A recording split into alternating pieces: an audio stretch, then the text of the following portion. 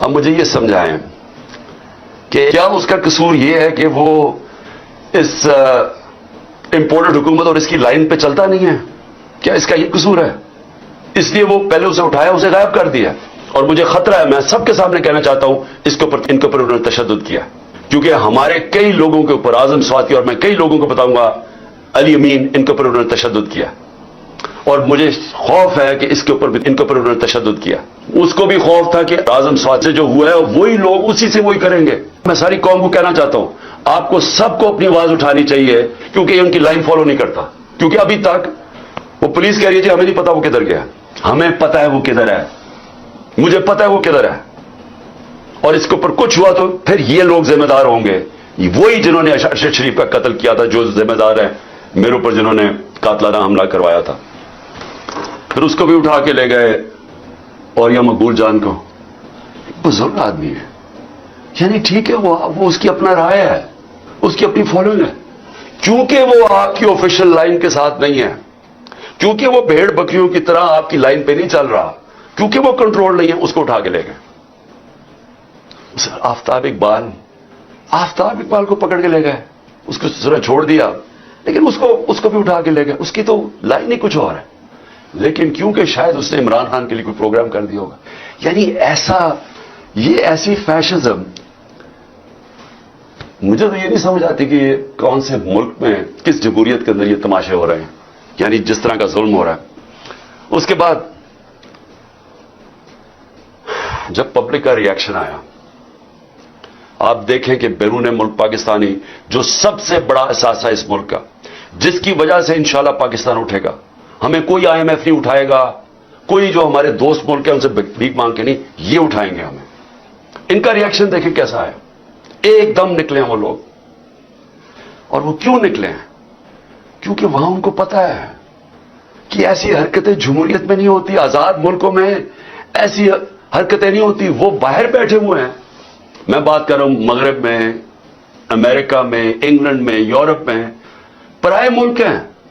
ان کو اس ملک سے زیادہ آزادی ہے، وہاں وہ زیادہ آزاد ہیں، کیونکہ وہاں رول آف لا ہے.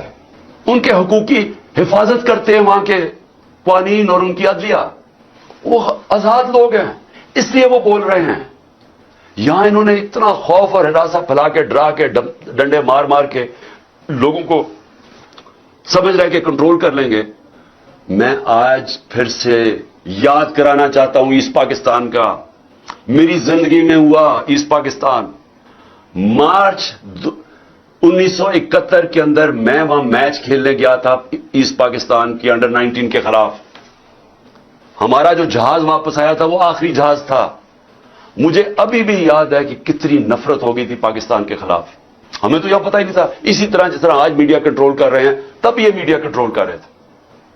فرق یہ ہے کہ آج سوشل میڈیا ہے، اور انہوں نے سوشل میڈیا ہی بند کر دیا. اس دوران کیونکہ یہ اپنا ورژن دینا چاہتے تھے کہ شر پسند اور بتانا چاہتے تھے، انہوں نے سوشل میڈیا بند کر دیا. فیس بک، ٹویٹر، یوٹیوب سب بند کر دیا.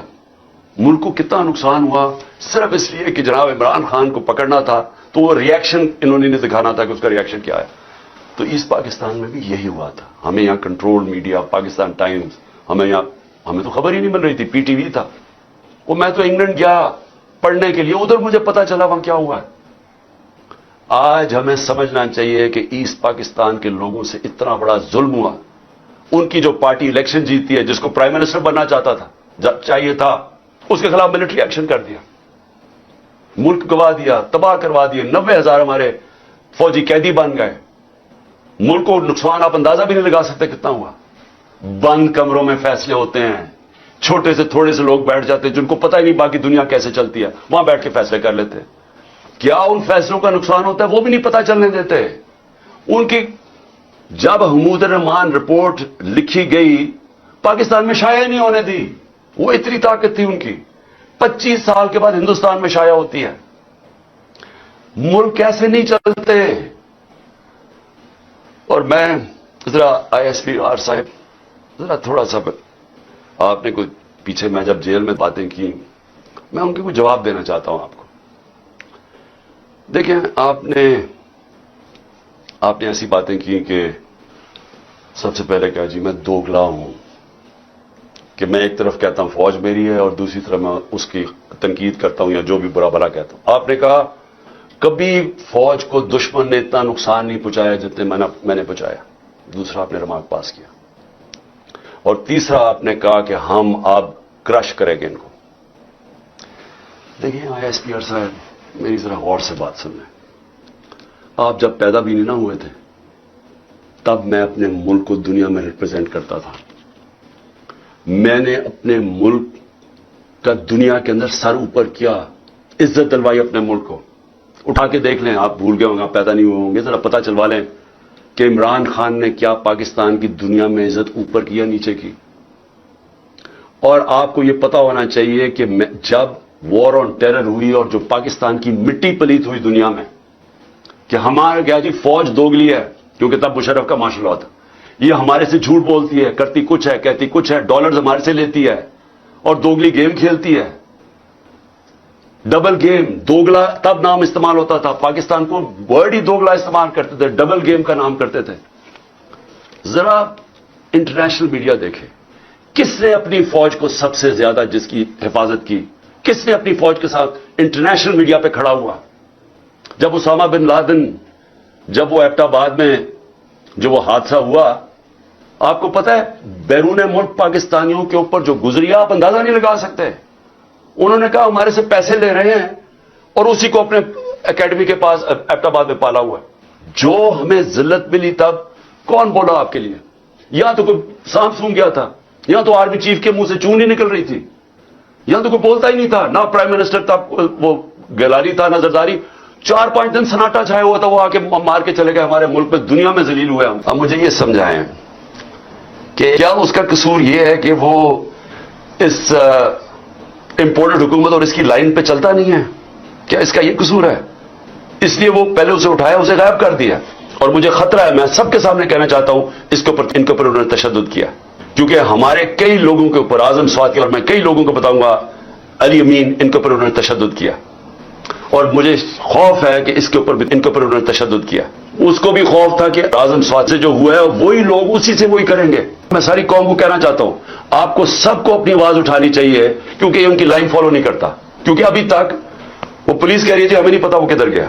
ہمیں پتا ہے وہ کدھر ہے, مجھے پتا ہے وہ کدھر ہے.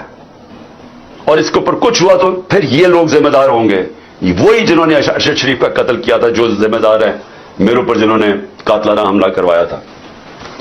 پھر اس کو بھی اٹھا کے لے گئے, اور یہ مقبول جان کو, بزرگ آدمی ہے, یعنی ٹھیک ہے وہ اس کی اپنا رائے ہے, اس کی اپنی فالوئنگ ہے. چونکہ وہ آپ کی آفیشیل لائن کے ساتھ نہیں ہے, کیونکہ وہ بھیڑ بکریوں کی طرح آپ کی لائن پہ نہیں چل رہا, کیونکہ وہ کنٹرول نہیں ہے, اس کو اٹھا کے لے گئے. آفتاب اقبال کو پکڑ کے لے گئے, اس کو ذرا چھوڑ دیا, لیکن اس کو بھی اٹھا کے لے گئے. اس کی تو لائن ہی کچھ اور ہے, لیکن کیونکہ شاید اس نے عمران خان کے لیے کوئی پروگرام کر دیا ہوگا. یعنی ایسا یہ